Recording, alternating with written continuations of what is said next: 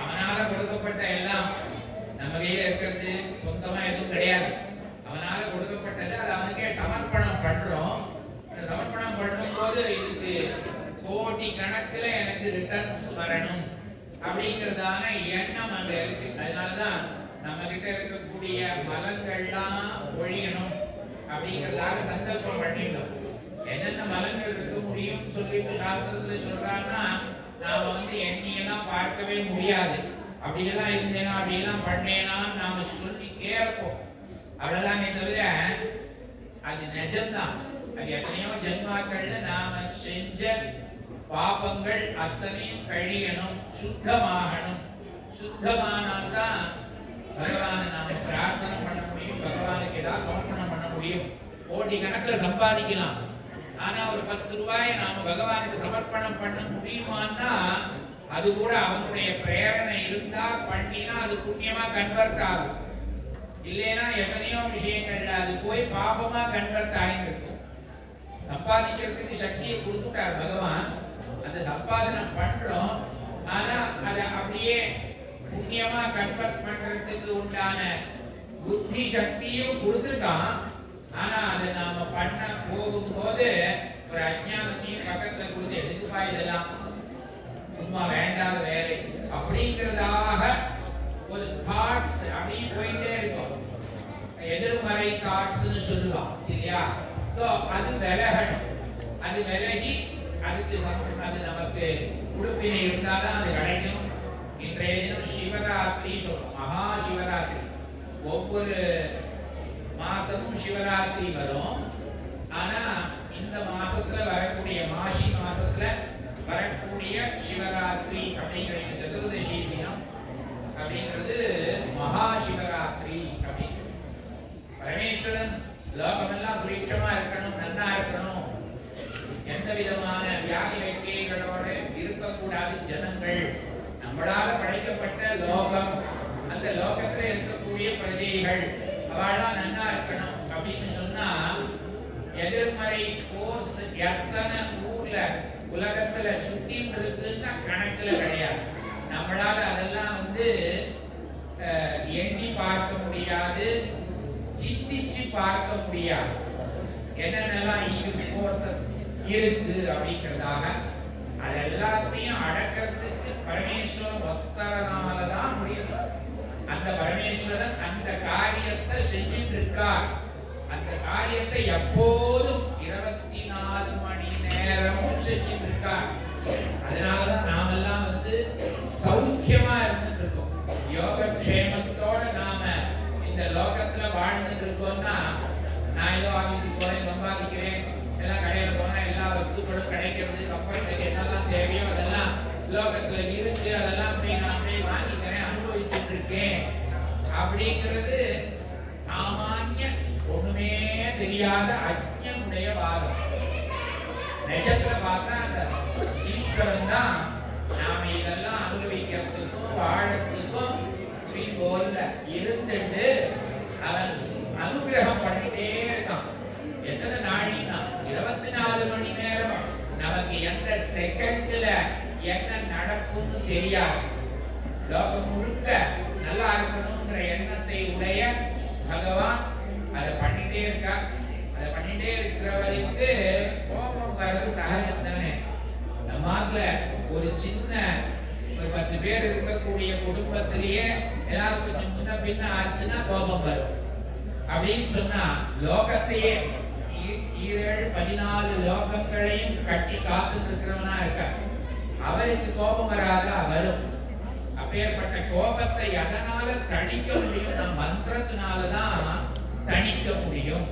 மந்திராதீனத்து தெய்வதம் அப்படிங்கிறதா சாஸ்திரங்கள்ல சொல்லியிருக்கு. அதுபடி இந்த ருத்ரம் அப்படிங்கிறது ஸ்ரீருத்ரம்னு சொல்லுவோம். இது யஜுர்வேதத்தினுடைய மத்தியமணி நியாயமா ரத்னப்பிராயமா நடுவுல அமைஞ்சிருக்கு.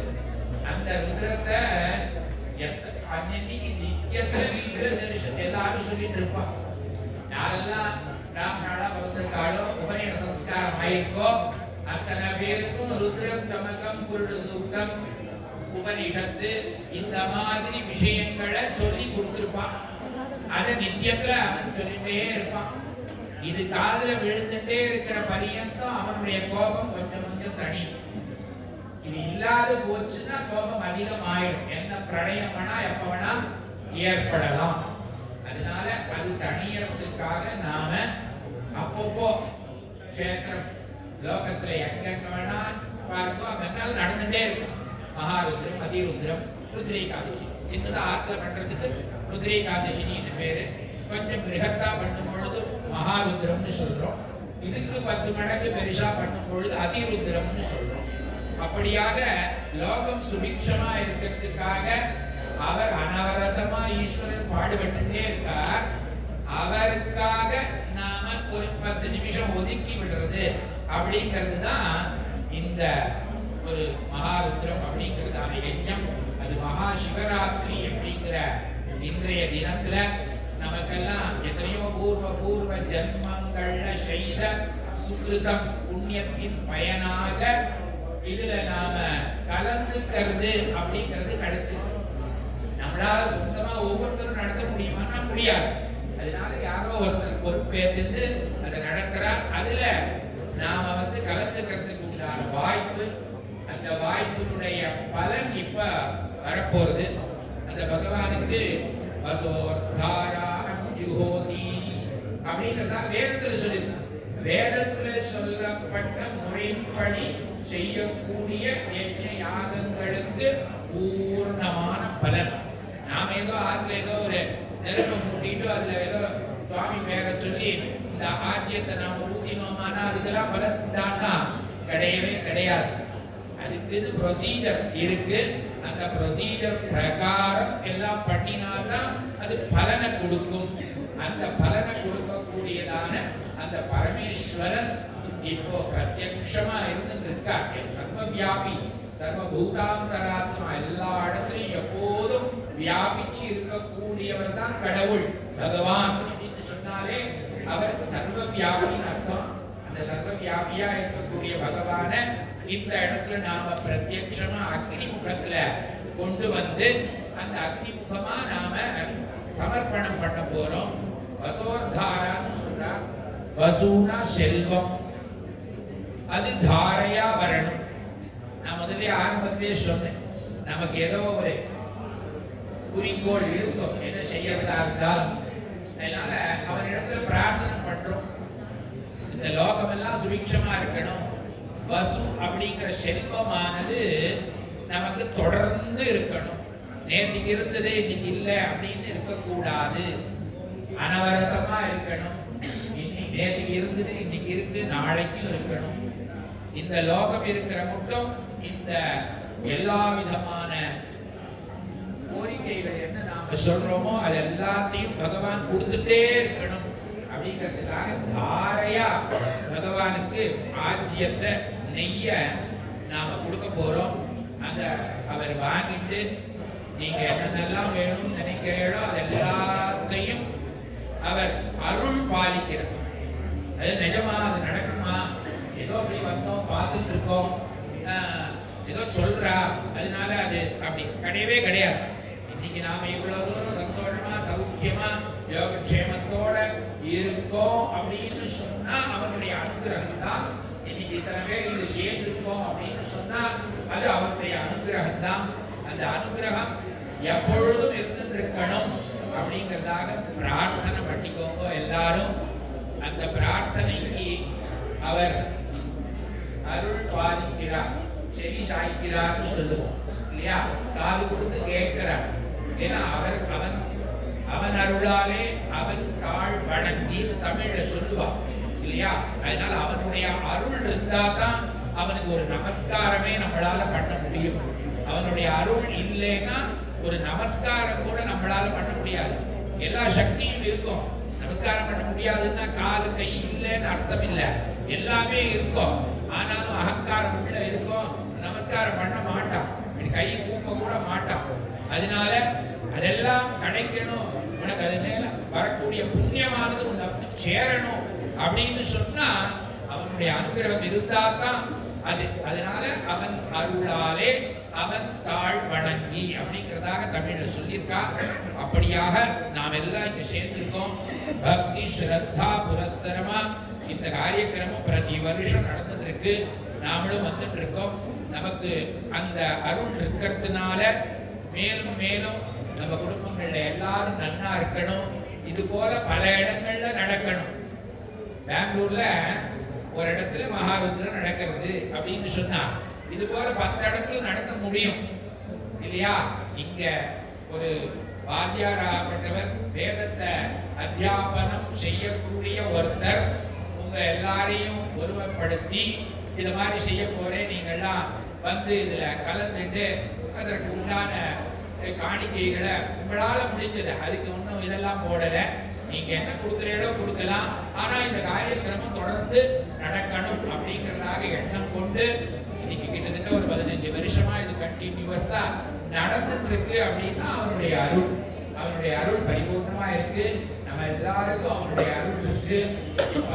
செய்யக்கூடியதான இந்த பகவத்தாராகவும் சந்தர்ப்பத்துல யாரும் பேசாதைக்கு அதுல மாத்திரம் மனசை செலுத்தி ஏகாக்கிர சித்தத்தோட பகவான் நிஜமா பிரத்யக்ஷமா எதிர்க்க இருந்துட்டு நாம கொடுக்கக்கூடிய இந்த ஆஜ்யத்தை ஸ்வீகாரம் பண்ணிட்டு லோகமெல்லாம் சுபிக்ஷமா வைக்கணும் அப்படிங்கிறதாக பிரார்த்தனை பண்ணிக்கோங்க. பிரார்த்தனை பண்ணிக்கோ. ஹர ஹர நம பார்வதி பதயே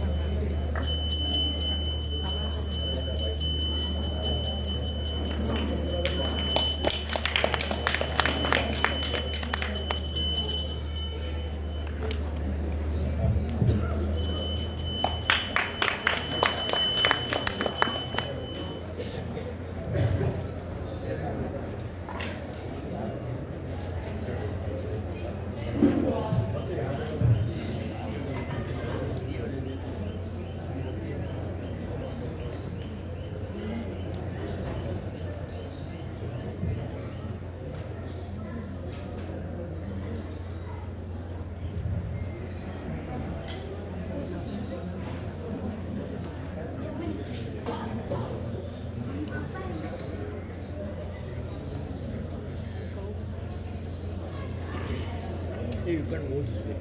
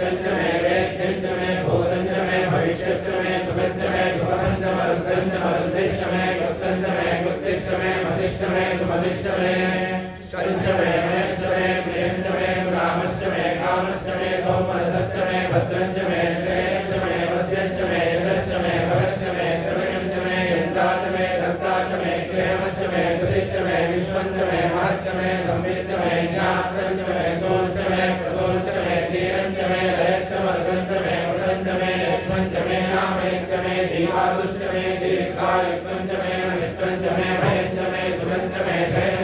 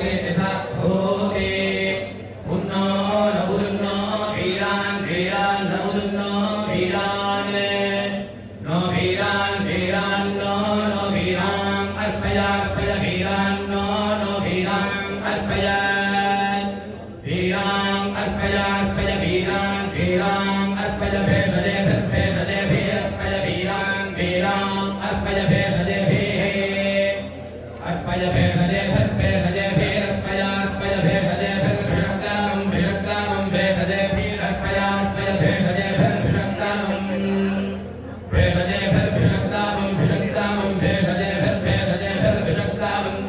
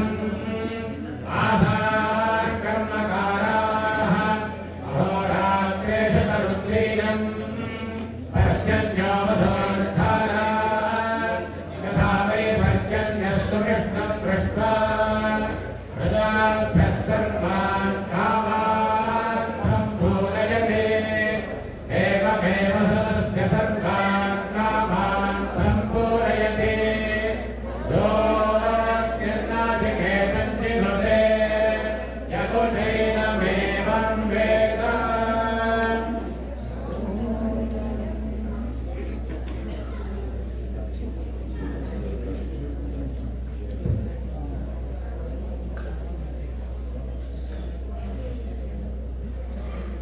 दीपाराधने अभिषेक